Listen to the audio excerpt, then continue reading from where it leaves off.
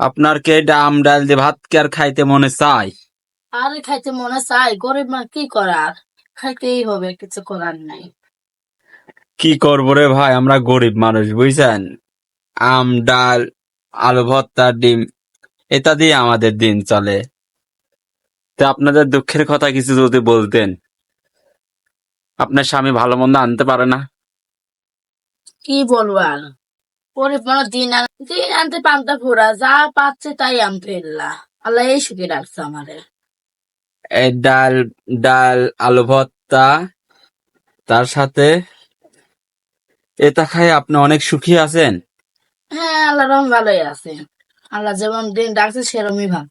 আপনার আলহামদুলিল্লাহ খাওয়া লাগে। আপনার মাছ গোস্ত খাওয়ার ইচ্ছা নাই? খায় না আমার ইচ্ছা।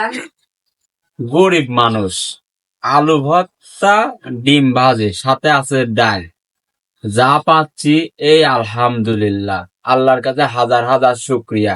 কত মানুষ আছে এটাই পাচ্ছে না।